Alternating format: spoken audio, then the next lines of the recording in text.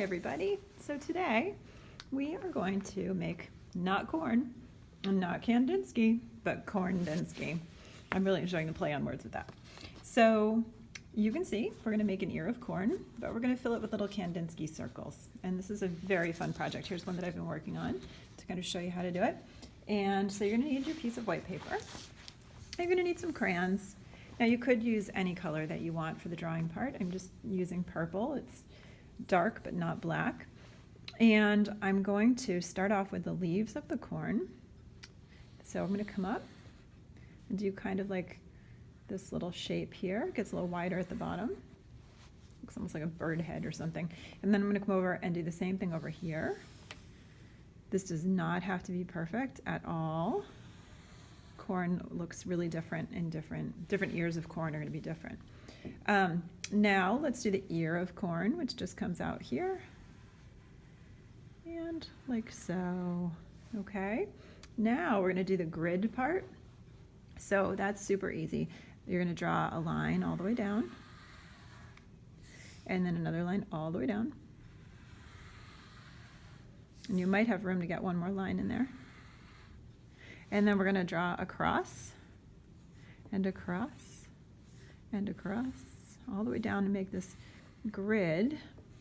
And in each of these little squares, we're going to put in our Kandinsky circles.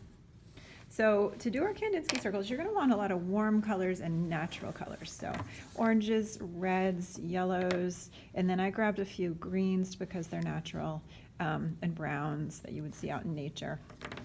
So the first thing, let's start off with the husk. I couldn't think of the word. The husk of the corn.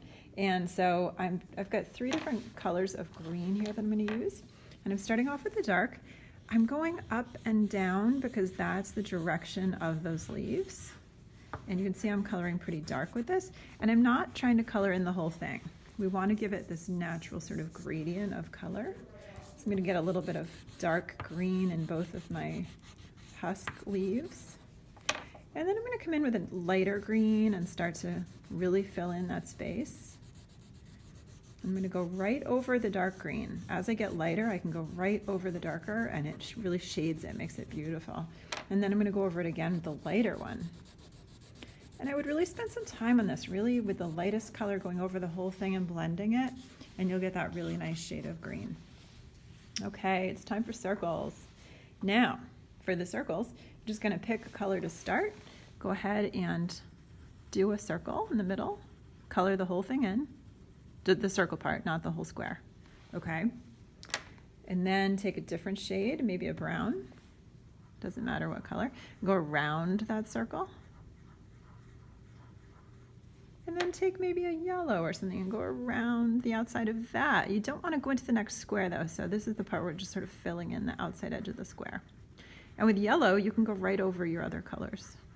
It makes like a shading tool. I'm going to do a red, and then I'm going to take an orange and go around it. And I'm going to take a yellowy, this is my dandelion color, and go right around the outside. I can also just go right over the top of this with the yellow, and it will really blend it. Okay, you're starting to get the idea. And then maybe I'll do a green just to get that natural color in there. This is my metallic green, super sparkly. I'm going to do a circle. Maybe I'll go around that with yellow.